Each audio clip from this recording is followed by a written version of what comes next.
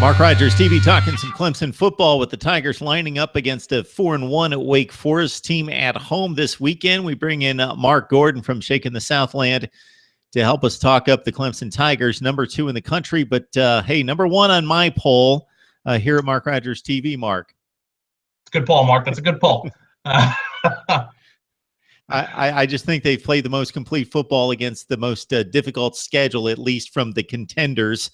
Let's start with the Auburn game. So it was my impression that Dabo Swinney went into that game thinking, okay, we know that Auburn's really good, especially on defense, but I trust my defense. And if we take care of the football, I think we can get Kelly Bryant through this game.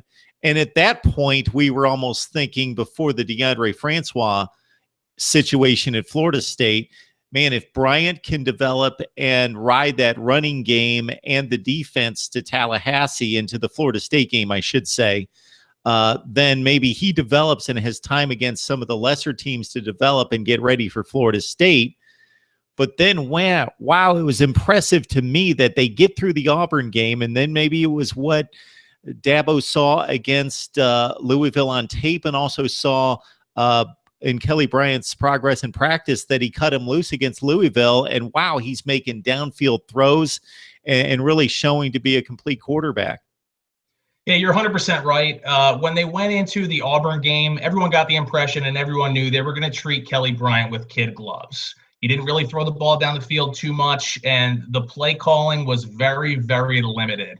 Not only in the first half, but for the entire portion of that game. So much so that co-offensive coordinator Jeff Scott actually came out after the game and said, hey, you know what? Our defense is playing so well. I didn't want to go out and, put too much on Kelly Bryant's shoulders. Now, that's something I've seen carried over in a couple games. It is something that worries me a little bit. You kind of get the sense that your offense is going out there with the mentality of we're not going to lose rather than we're going to go win this game. That's something I do have a problem with. But you saw in the Louisville game, when the kid clubs come off of Kelly Bryant, he does have the ability to make those downfield throws. He does have the ability to read defenses. Now, of course, we've been spoiled with Deshaun Watson for the past 3 years, but Kelly Bryant has been fantastic. He leads the team in passing and rushing. The only bit of criticism I have of him so far is maybe a bit in his pocket presence. He does tend to hang in there a bit too long when he decides that he wants to throw the football. They're relying pretty heavily on his legs right now, too. He actually is, in my opinion, a better running quarterback than Deshaun Watson, so much so that he's run the ball 41 times in the past 2 games and come up at the 100-yard mark in almost both those games.